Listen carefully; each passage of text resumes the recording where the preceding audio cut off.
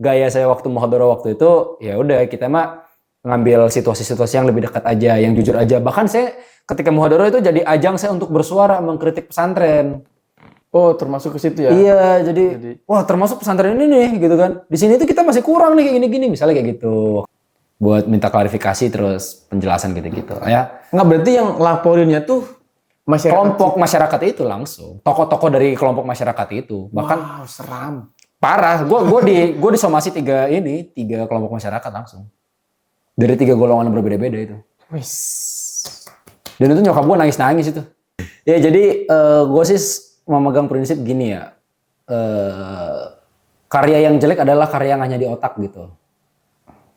Itu dia. Gitu. Jadi kalau misalnya cuma di otak ya jelek. Gitu. Tapi kalau misalnya udah lu eksekusi itu bagus. Walaupun gimana pun hasilnya ya. Iya, karena udah ada hasil. Udah ada hasil. Hasil itu yang bikin dia jadi bagus gitu.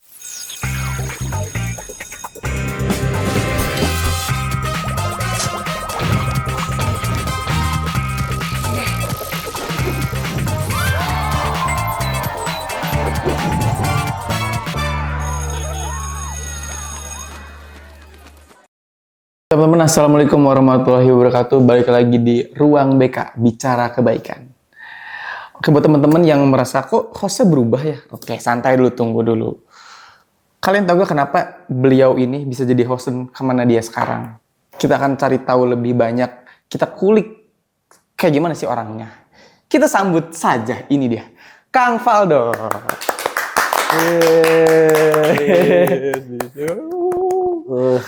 Apa kabar? Sehat. Iya, jadi waktu pas saya jadi host belum saya tanya ini. Belum. Ini kan konsepnya interview. Interview. Saya tanya, Mas jawab nih. Oke. Interview ya. Oke, sehat ya? Mas Faldo sehat ya? Pengalaman kerja terakhir. Belum, saya tanya dulu. Oke teman-teman, inilah Kang Faldo yang biasa kalian tonton, yang biasa memandu acara Ruang BK ini. Gini ya rasanya ya. Hingga tersampaikan kepada teman-teman begitu seru kan menontonnya, ya kan? Iya. Gitu deh. Ya. Oke, buat teman-teman yang belum tahu, boleh dong Kang Faldo diperkenalkan. Kang Faldo tuh siapa? Kok bisa sih jadi host di sini? Ya, jadi baik, bismillahirrahmanirrahim. Oke, boleh. Silakan. Ya, sebenarnya nama asli saya itu Serius Mas. Iya, benar. Ya. Iya. Sebenarnya nama asli saya itu adalah Fantrido Foldra. Gitu kan. Wah, ini balik lagi ke filosofi nama. Kenapa bisa jadi Faldo dipanggil? Ya kan ini nggak tahu dulu kan. Iya, benar. Ya sampai pada akhirnya dipanggil Faldo itu gara-gara nama itu terlalu rumit untuk dipanggil gitu. Sampai akhirnya dipanggil Faldo aja. Emang siapa namanya? Sorry Mas. Fantrido Foldra. Boleh? Kan dia Fantrido Foldra. Fantrido Foldra. Ya, memang agak rumit gitu kan. Jadi akhirnya kita singkat jadi Faldo aja kayak gitu. Nah, dari mana sih kok bisa Faldo dari Fantrido Foldra? Kan kalaupun mau dipanggil Foldra. Itu Trido, Fantri, jadi nama Faldo. Itu tuh kayak sebuah rangkaian kata aja yang disusun jadi sebuah nama. Ya udah, Fantrido Foldra jadi Faldo gitu. Ya walaupun tidak menjelaskan. Menjawab ya. Tapi kurang lebih gitu lah intinya. Dari Fando kan. Fando apa ya Faldo gitu. Terus Faldonya doang kayak gitu.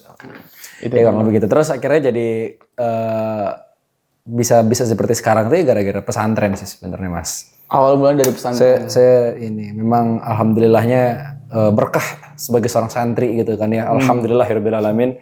Berlebihan ya. berarti awal mula dari pesantren hingga akhirnya bisa katakanlah kamu bisa berbicara di depan umum gitu. Iya betul, memang tadinya saya tuh korban bullying Mas, betul. Enggak, ini serius. Bener, saya korban bullying SD-nya. Di pesantren? Di SD. Oh, sebelum masuk pesantren berarti? Iya, dulu jauh sebelum saya seperti bisa berdiri di depan kalian saat ini.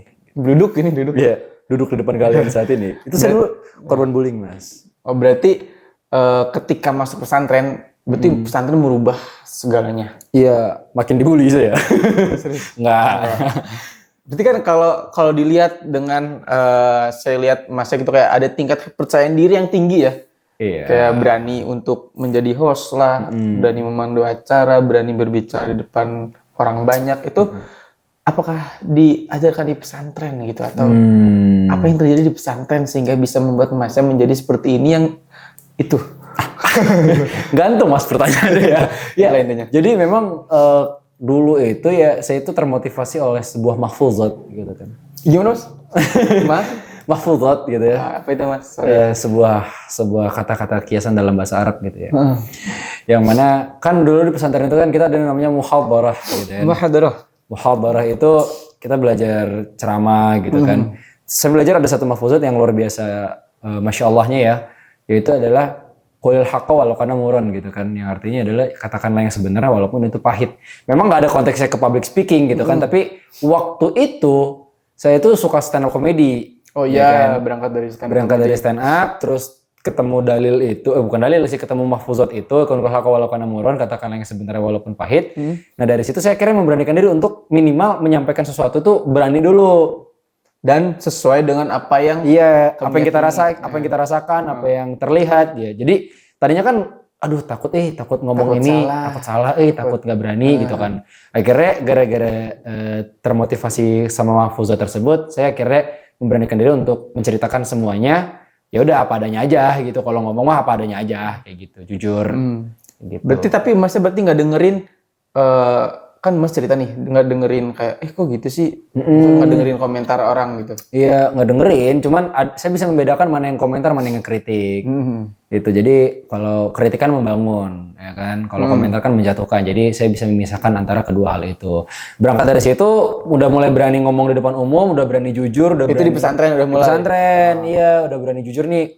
Yaudahlah kita mah nating tulus aja lah muhadarah, sampein apa yang benar-benar pengen kita sampein. Ya. Soalnya teman-teman saya waktu itu nyampeinnya gini Mas. Mereka tuh sok-sokan kayak, bukan sok-sokan sih, lebih kayak bawa dalil-dalil yang berat gitu biar kelihatan edgy gitu loh. Kelihatan paling tahu, paling pinter. Emang pinter sih. Cuman maksudnya jarang ada yang membawa keresahan-keresahan yang deket gitu loh. Sementara gaya saya waktu muhadarah waktu itu ya udah kita mah ngambil situasi-situasi yang lebih dekat aja, yang jujur aja. Bahkan saya ketika muhadarah itu jadi ajang saya untuk bersuara mengkritik pesantren. Oh, termasuk ke situ ya? Iya, jadi wah termasuk pesantren ini nih gitu kan. Di sini tuh kita masih kurang nih kayak gini-gini, misalnya kayak gitu waktu itu. Berani aktivis. Nah, memang saya waktu itu aktivis 98, maksudnya alumni 97. Iya, jadi dari situ berangkat, berani ngomong di depan umum. Berarti selama pesantren itu banyak kegiatan-kegiatan yang Mendorong. Iya, dan menjadikan Masnya kayak bisa berani berbicara di depan umum. Belum berani tuh ngomong depan kamera tadinya. Oh, berarti cuma sebatas teman-teman. Iya, baru sebatas ngomong di depan sekelompok masyarakat santri aja lah kayak gitu dulu. Terus akhirnya lulus tuh kan.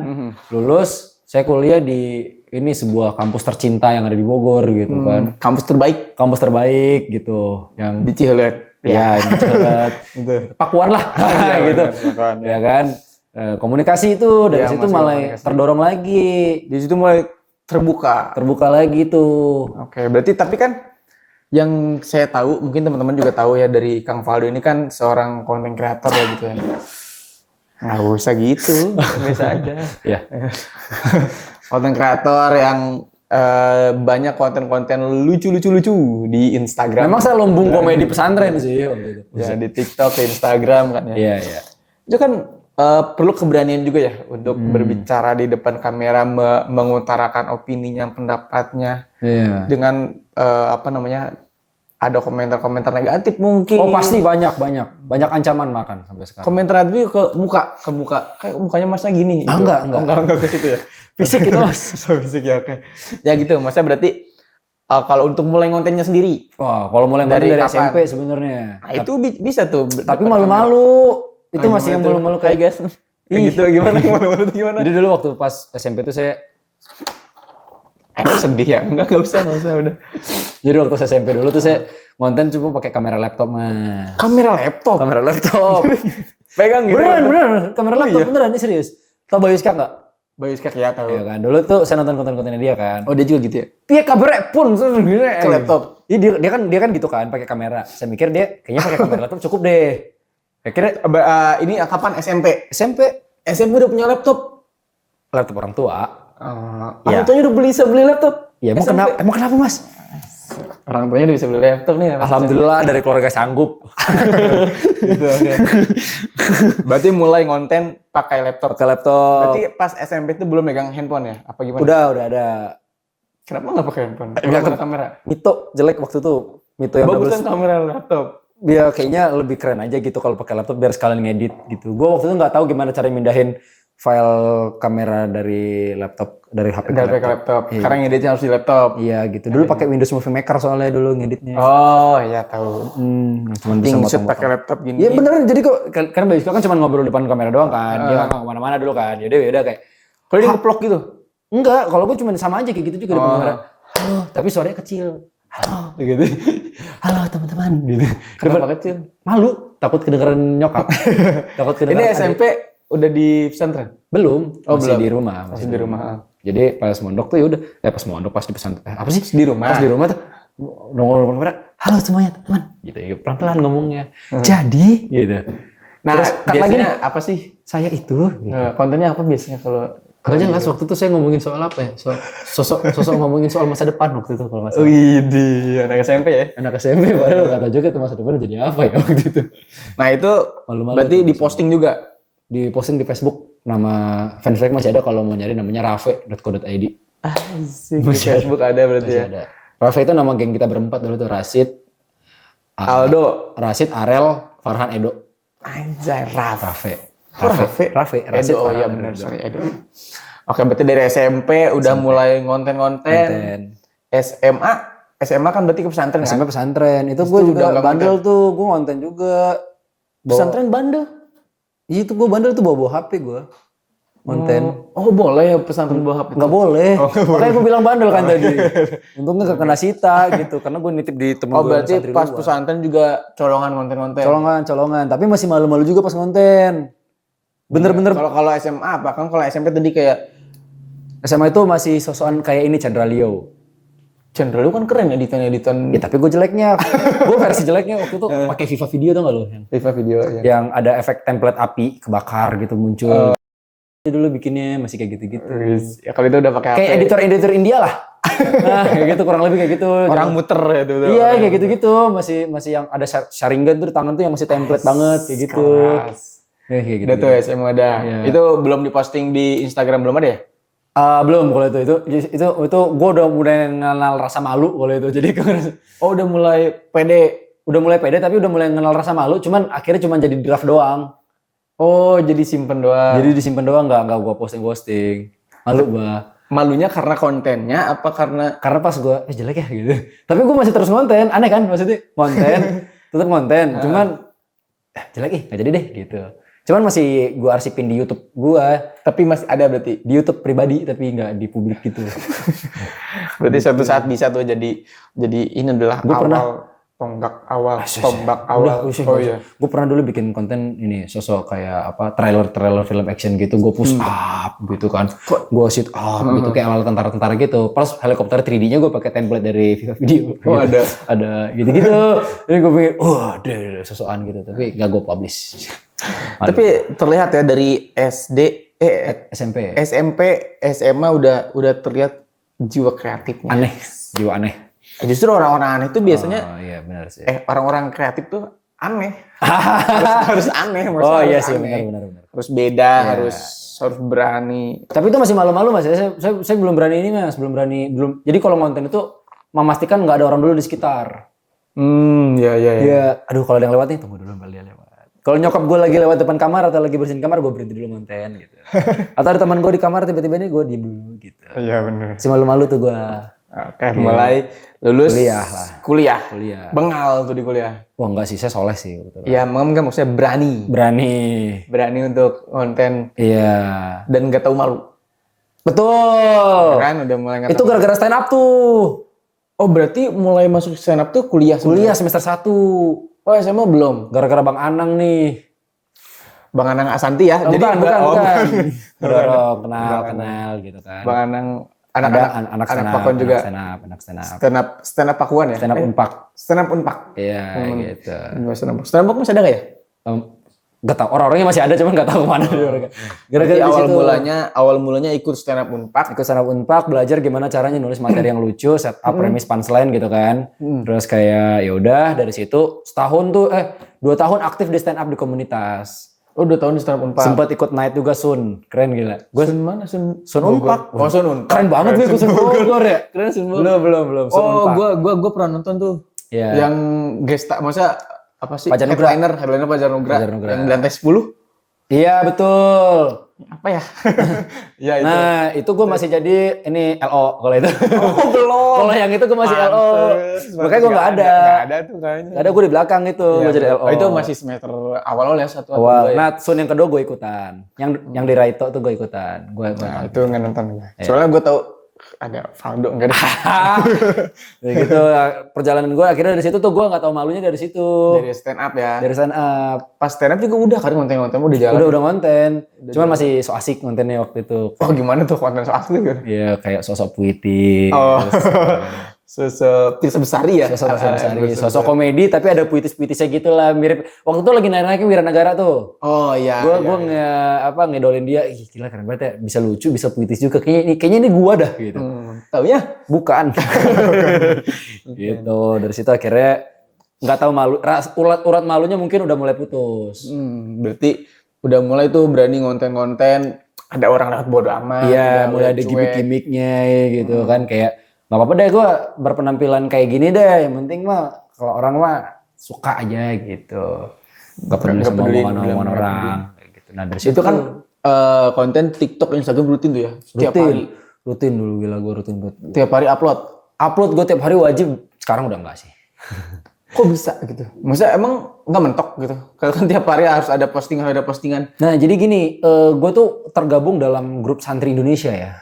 Oh iya bener. Iya bener, serius. Gue tergabung. Indonesia. Jadi Santri Indonesia itu adalah grup seluruh Indonesia yang isinya konten kreator santri.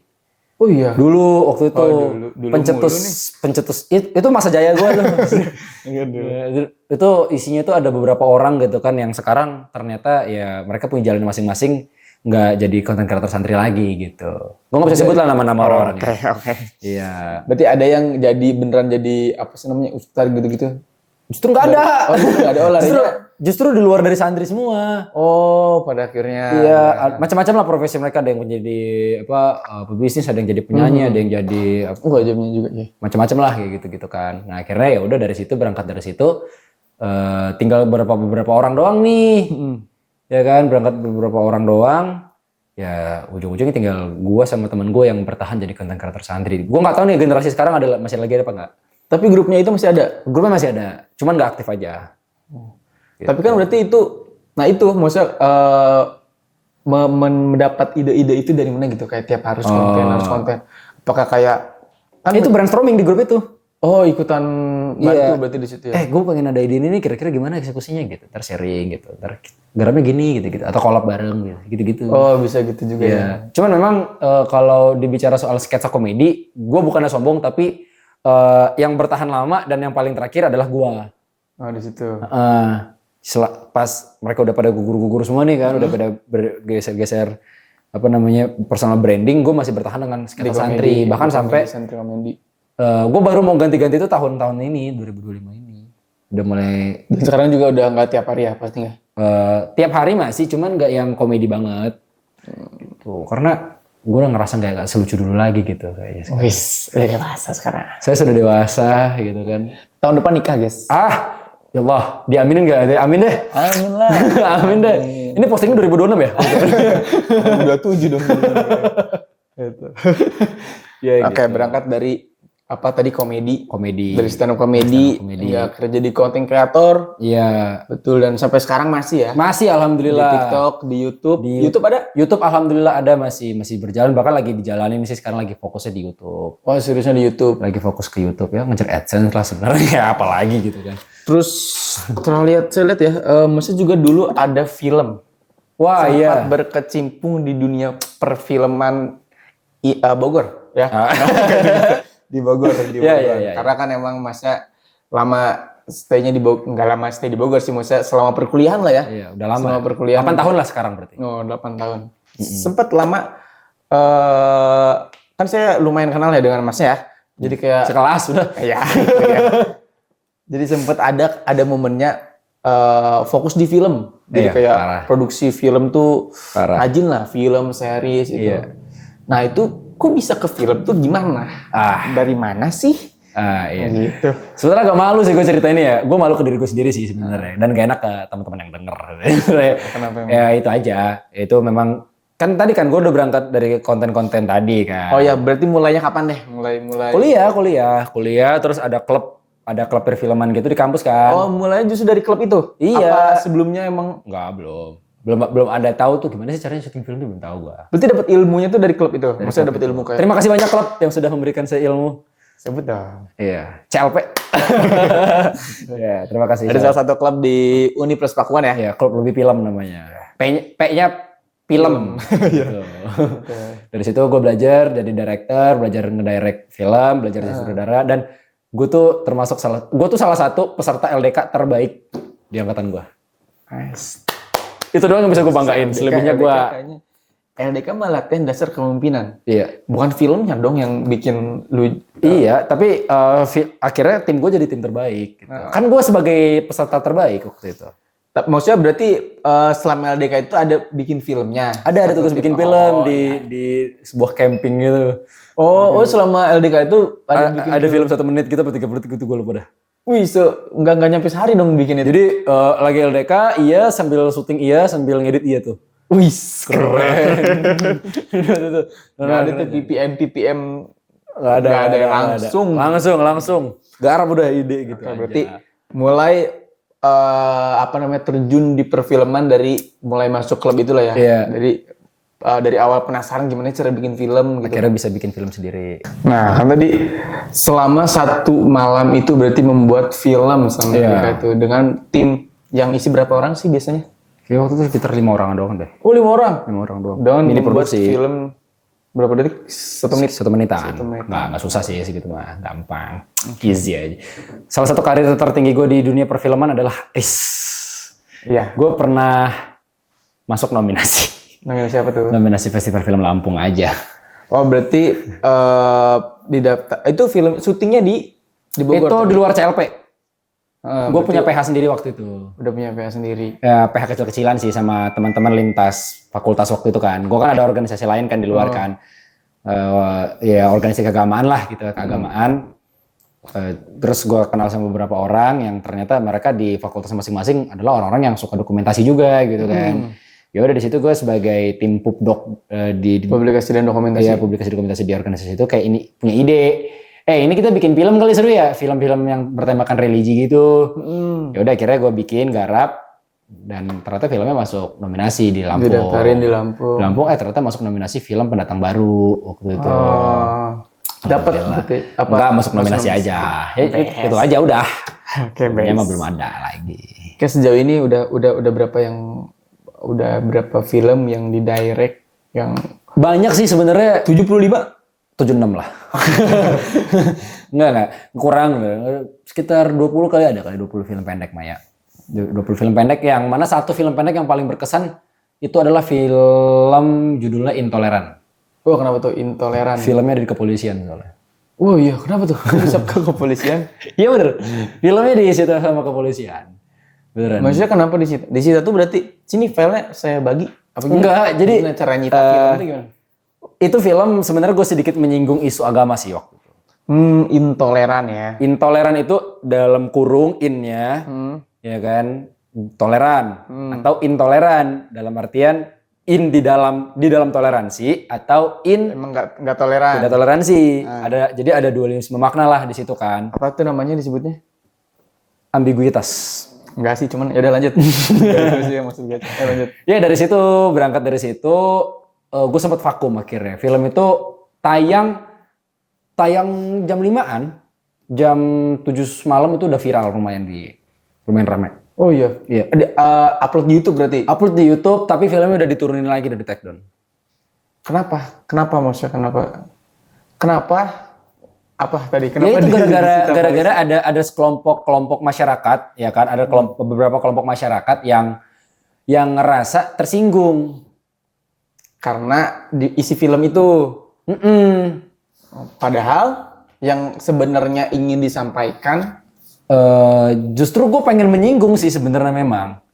Gue pengen menyinggung orang-orang yang punya sensitif berlebih terhadap isu agama. Atau bisa dibilang gini deh, sama orang-orang yang mabuk agama. Yang fanatik. Fanatik. Yang fanatik ya. Ya cinta sama agama nggak apa-apa, tapi kalau terlalu mabuk sama agama kan membahayakan juga. Ya, nah gue pengen nyinggung yang seperti ternyata tersinggung. Kena polisi kan jadinya. Iya. Gitu. Gue jadi kena. Situ sempat ini badan anti teror datang ke rumah. Badan anti teror. Iya. BATI. Badan anti teror Indonesia. Alah, mati dong. Mati. BATI. Badan anti teror datang ke rumah. Oh iya, sampai didatengin ke rumah gitu. Nah, nyamperin. Buat minta klarifikasi terus penjelasan gitu-gitu. Ya. Nggak, berarti yang laporinnya tuh kelompok masyarakat itu langsung. Tokoh-tokoh dari kelompok masyarakat itu. Bahkan seram. Parah. Gue disomasi 3 kelompok masyarakat langsung. Dari 3 golongan berbeda-beda itu. Wis. Dan itu nyokap gue nangis-nangis itu. Sampai ke nyokap ya? Tahu lah kan masa anaknya. Soalnya disamperin juga sih ke rumah ya. Gue sampai itu Sempet ke kantor polisi juga? Enggak. Oke. Berarti selama pembuatan film dengan 20-an film lebih lah ya yang Mas buat. Itu ada nggak sih kesulitan-kesulitan apa sih yang dialami selama pembuatan film? Ada. Kalau kesulitan itu yang paling berat ya. Itu film Intoleran itu tadi. Itu film paling sulit dalam memproduksinya karena kita produksinya puasa. Berarti selama pembuatannya? Iya, selama proses pembuatannya. Itu sulit semua dong?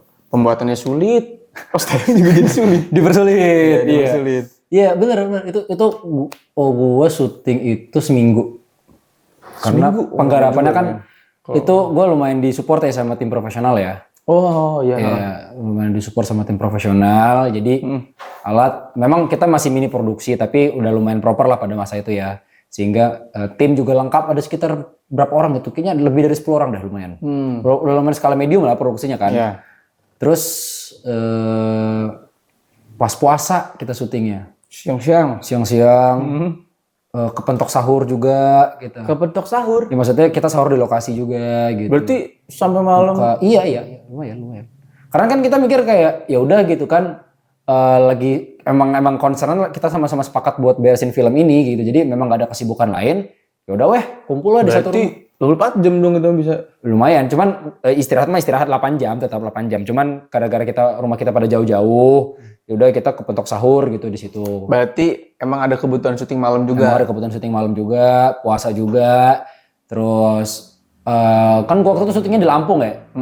Jadi ada beberapa lokasi yang tidak sesuai sih gitu. Tidak sesuai. Pas reki kita udah mantap di sini nih, ternyata pas hari H nggak bisa gitu. Mau nggak mau kita cari tempat lain kayak gitu. Reki itu adalah kita nyari tempat ya guys maksudnya. Gitu. Itu paling dramatis. Terus kepentok anggaran pernah gitu pas lagi situ. Iya, akhirnya kita patungan. Gitu. Yang kepentok anggaran itu yang ini.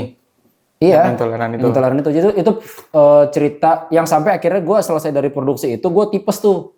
Iya. Tipes gue seminggu pas puasa tuh gue akhirnya nggak puasa. Soalnya jam syutingnya, jam kerjanya nggak ini. Iya. Saya nggak ikut Imaginary berarti waktu itu. Belum ada Imaginary mas. Imaginary sehat tuh syutingnya tuh. Nah, itu gue sakit tuh.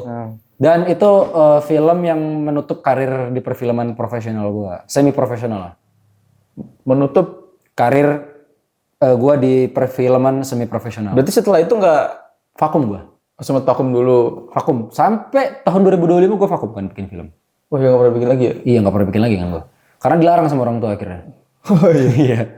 Padahal kan bisa bikin film yang lain ya, maksudnya. Iya benar. Itu bahkan bukan gara-gara bikin filmnya, cuman gara-gara isi filmnya aja. Jadi memang gue kan memang terlalu vulgar sih. Terlalu vulgar dalam pembahasannya gitu dan gue nggak kayak bahasa tersirat gitu. Gue pengen langsung gamblang aja udah gitu ya, memang kena sih. Iya. Mengakui ya berarti. Ya gue. Emang salah juga apa gimana menurut? Beberapa kritikus film bilang kalau ada yang pro dan kontra lah. Ada yang bilang ya nggak masalah, ini kan namanya film kan. Tapi sempat berarti ada kalau ditayangin film dulu screening film. Screening internal waktu itu aman. Internal tuh bersama kru apa bersama undang. Jadi kan kita kerjasama sama organisasi ya. Gue nggak bisa sebut organisasinya. Kita kerjasama sama organisasi. Organisasi film lah ya. Organisasi perfilman gitu kan. Set screening aman. Oh keren sih ini film, berani gitu. Gue dengan PD-nya.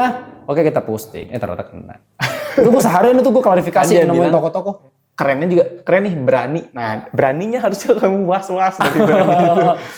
Iya juga ya, iya juga ya. Ya alhamdulillah masalahnya kelar sehari itu beres. Gue cuman disomasi, nggak cuma sih disomasi. Disomasi. Terus ya udah gue klarifikasi ke banyak tokoh-tokoh yang mensomasi. Oh berarti isi somasinya tuh minta gue untuk minta untuk klarifikasi. Ya, dan tidak mengulangi lagi. Lah ya. Ya. Oh dan tidak mengulangi lagi. Gitu. Stop bikin film. Oke. Kocak banget itu dah. Tapi dari berbagai macam film yang sudah dibuat gitu kayak kesulitan dana sering nggak sih kalau biasanya kan produksi film biasanya sangat perlu dong dana yang lumayan gede gitu. Saking cintanya gue sama dunia perfilman dulu tuh zaman kuliah ya itu sampai beberapa produksi film gue yang danain sendiri tau. Oh iya. Sumpah. Serius gue nggak sama bukan yang sama klub yang di kampus ya, yang di luar itu ya, yang PH tadi itu ya. Gue itu sampai nabung gue. Oh iya. Gue nabung kira-kira alat apa yang dibutuhin untuk produksi film ini gitu ya. Terus untuk kebutuhan budget film ini berapa ya? Ya walaupun hasilnya ya jadi kurang maksimal tetap ya karena budget terbatas, waktu terbatas gitu kan. Tapi kendala di budget itu sempet ngebikin gue akhirnya harus berhemat selama sebulan gitu-gitu. Cinta banget gue dunia perfilman dulu mah parah. Ini kalau di Black nih hati gue nih roll film men. Nice. Gitu. Aldo filmmaker ini. Parah. Aldo filmmaker. Ya suka banget lah, suka bercerita sih sebenarnya. Gitu. Apa namanya dari film ini selama proses pembuatan, misalnya ada nggak sih yang referensi film? Wah. Jadi kayak ada, gue sih kayaknya pengen kayak dia banget deh. Rafa Cana. PH itu ya berarti. PH dari Jogja kalau nggak salah. Kalau untuk kan director itu ada gak sih yang Immanuel Cristo baru ya? Dia juga baru. Immanuel. Dia juga baru ya? Nggak bisa dipatokan. Bikin filmnya juga dulu. dulu siapa ya untuk kayak gitu-gitu ya? Yang maksudnya kayak memotivasi kayaknya gue pengen nih bikin film karena si ini bikin film kini bagus nih kayak gue pengen kayak dia gini. Kalau spesifik sutradara gue nggak ada, tapi kalau alur cerita gue suka film pendeknya Jogja. Seperti ada gak salah satu film Jogja? Film Jogja ini Anak Lanang, tau nggak lo? Iya, enggak. Referensi film gue rata-rata kalau gue nonton YouTube gitu dulu ya rata-rata film-film pendek. Gue pernah ada nonton film nggak tahu lagi Jogja apa bukan yang ini bukan sih yang di beca? Iya itu Anak Lanang. Ah iya udah nonton berarti ya. Anak Lanang. Yang di beca itu kan? Ya maksudnya gue suka alur film yang berbeda gitu. Berbeda tuh gimana maksudnya? Berbeda apanya nih? Kan kayak Anak Lanang itu kan contoh filmnya kan cuma menceritakan 4 anak SD yang pulang sekolah. Udah. Iya. Udah gitu doang gitu maksudnya. Nggak ada konflik segitu doang ya? Hanya itu sederhana gitu kan.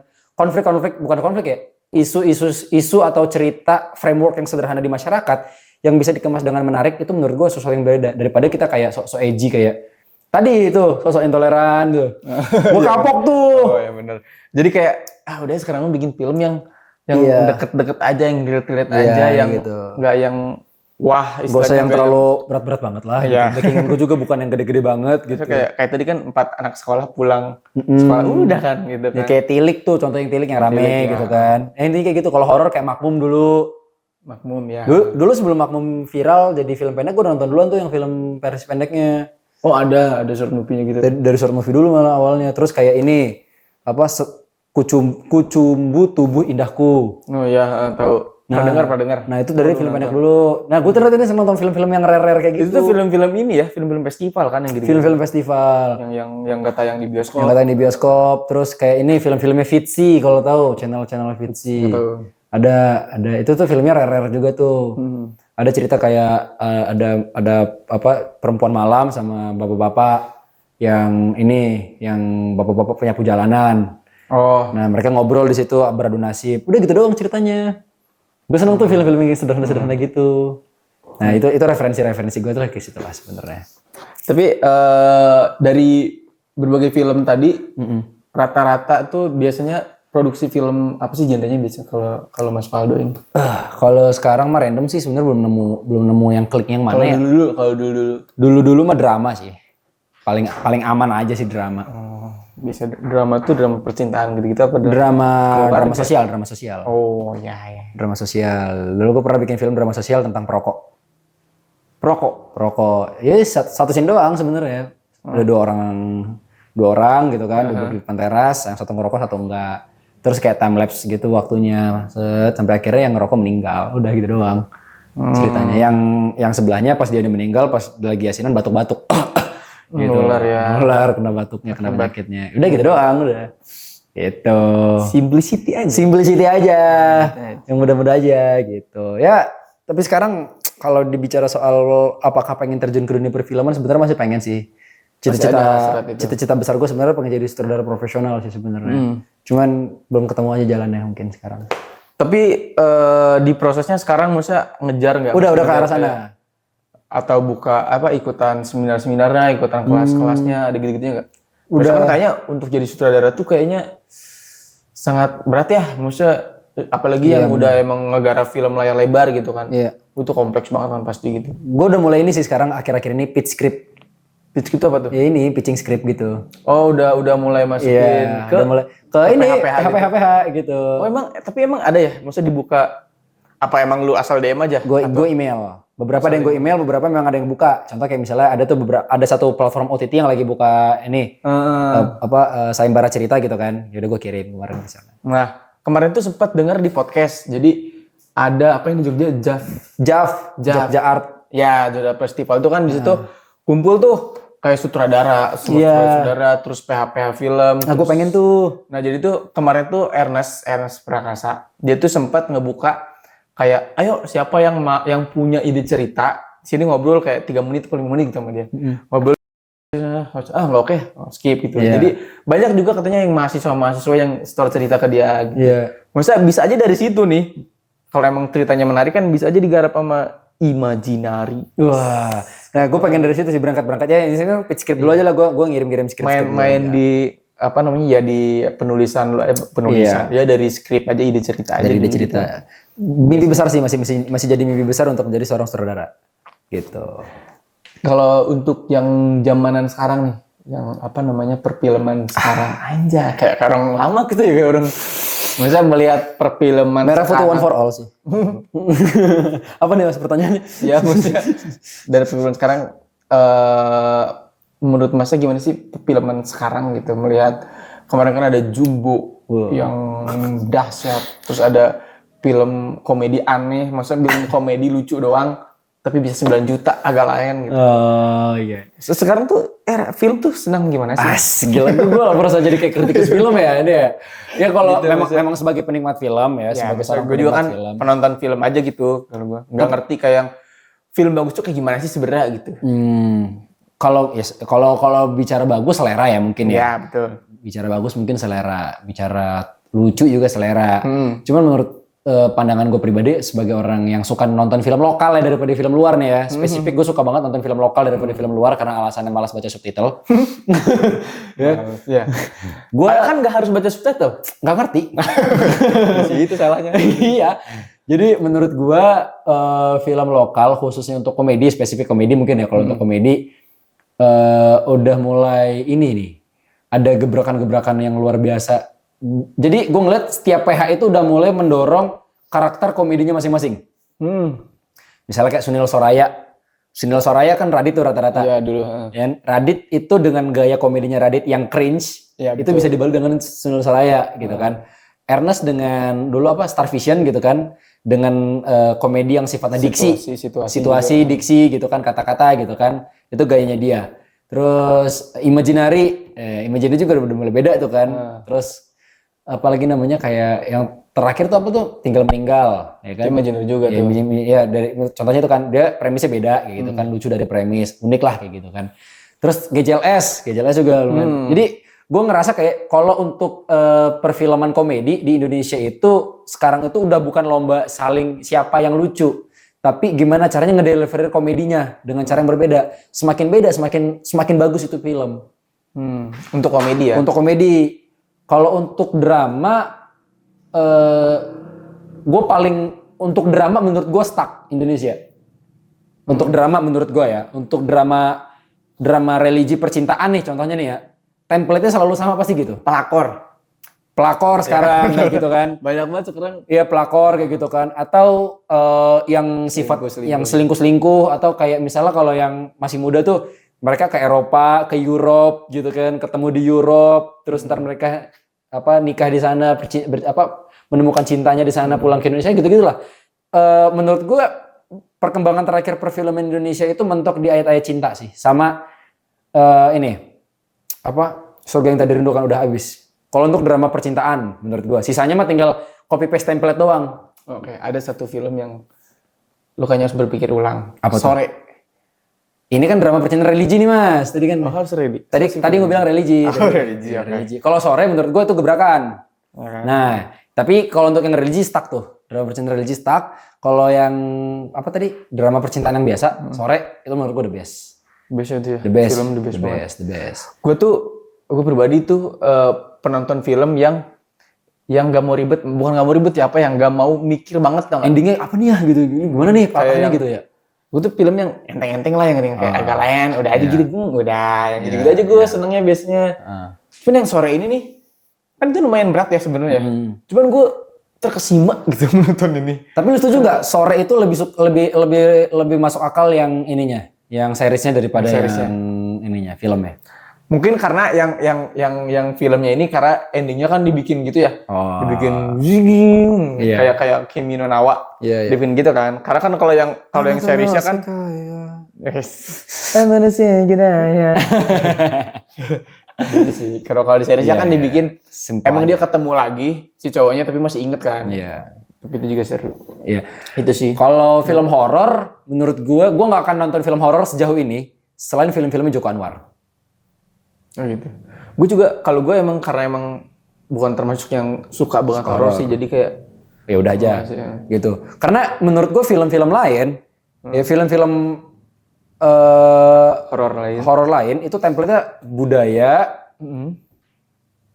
terus jadi horor, ada bahasa-bahasa daerahnya, terus pergi ke suatu tempat, ntar di sana ada kejadian terjadi sesuatu, selesai gitu doang. Gue gitu sih. Terus kalau gue dari horor nih ya, suka kadang judulnya juga kayak aneh gimana gitu, kayak nggak bikin pengen nonton. Iya, makanya kalau untuk horor menurut gue stuck di Joko Anwar. Joko Anwar ya. Animasi One for All, Merah Putih One for All the best. Gue tunggu sequel keduanya sih itu. Bennett sih menurut gue. Enggak, Jumbo the best. No. Jumbo the best. Oke. Iya. Nih dari tadi perjalanan Kang Faldo, dari mulai konten kreator, dari korban bully. Mungkin dari lahir ya. Dari korban bully, terus pemalu, mulai konten, mulai berani berkonten, terus mulai dari SMP udah mulai konten malu-malu, tapi tetap udah mulai bisa kreatif, bikin konten SMP, SMA, mulai berani di SMA, kuliah masuk stand up Unpad hingga membuat nggak tahu malu, terus di kuliah juga bisa masuk ke perfilman. Hingga bisa membuat film, hingga konten kreator, dan best lah ya itu. Amin. Ada nggak sih ini prinsip hidup yang dijalani oleh Kang Faldo dari berpanjangnya itu journey yang Kang Faldo jalani sebagai seorang individu? Nggak usah tangan, biasa aja. Kayak Timothy Ronaldo. Sebagai seorang individu, gue punya moto hidup yang masih gue pegang sampai sekarang. Hidup itu harus hidup. Gimana tuh maksudnya? Gitu dong. Waduh. Tanya dong. Humoris. Hidup ya. Ingat Allah. D. Doa. Enggak duit. Enggak, doa. Oke. D.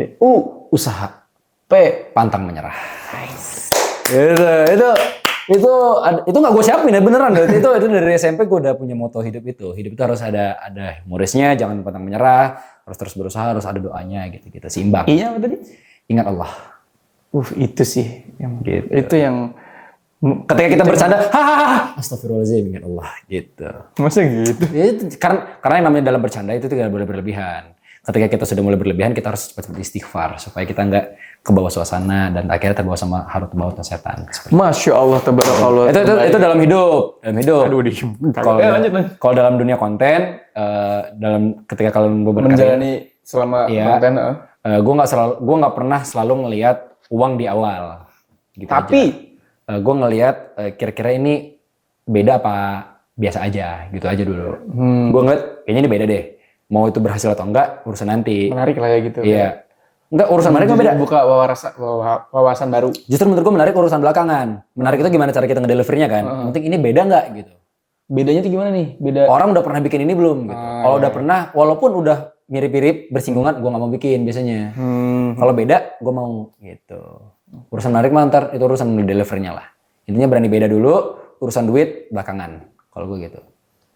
Nih terakhir ya, pesan buat teman-teman muda, teman-teman anak-anak muda yang mau mulai berkonten, mungkin baru mulai kayak, mau gimana ya kontennya, ngarahnya kemana ya, mau komedi gak ya, tapi aku nggak lucu, atau mau bahas apa gitu. Kira-kira gimana sih pesannya? Jadi nggak apa-apa. Ya jadi gue sih memegang prinsip gini ya, karya yang jelek adalah karya yang hanya di otak gitu. Itu dia. Gitu. Jadi kalau misalnya cuma di otak ya jelek. Gitu. Tapi kalau misalnya udah lu eksekusi itu bagus. Walaupun gimana pun hasilnya ya. Iya, karena udah ada hasil. Udah ada hasil. Hasil itu yang bikin dia jadi bagus gitu. Nice. Itu sih kalau dari gue. Itu dia. Terima kasih Kang Valdo udah mampir-mampir di ruang BK ini ya. Sama-sama. Untuk next episode kembali ke dia.